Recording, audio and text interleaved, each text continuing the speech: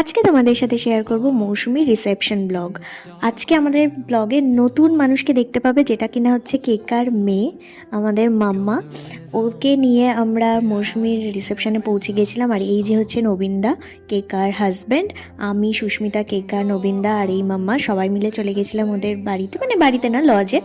তারপরে গিয়েই আমরা, ব্রাইড যেহেতু খুব বিজি ছিল, আমরা স্টার্টার ফাটার খেয়ে আর সবার সাথে দেখা করে নিয়েছিলাম। ইনি হচ্ছেন জেঠিমা, মানে মৌসুমীর শাশুড়ি মা। আর এই হচ্ছে ব্রাইড অ্যান্ড গ্রুম, মৌসুমী আর সৌমেনদা।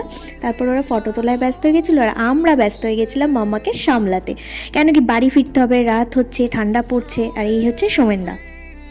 তো আগে আমরা কেকা আর নবীনদা খেতে বসে পড়েছিল, আর আমি আর সুস্মিতা মিলে সারাক্ষণ ওকে সামলাচ্ছিলাম, কখনো কাঁদছিল, কখনো মজা করছিল, এরকম করেই ওরা খেয়ে নিয়েছিল। তারপরে আমরা খেতে বসে পড়েছিলাম সবাই মিলে। অনেকদিন পর খুব মজা করলাম। আমাদের সবাইকে কেমন লাগছে অবশ্যই জানিও।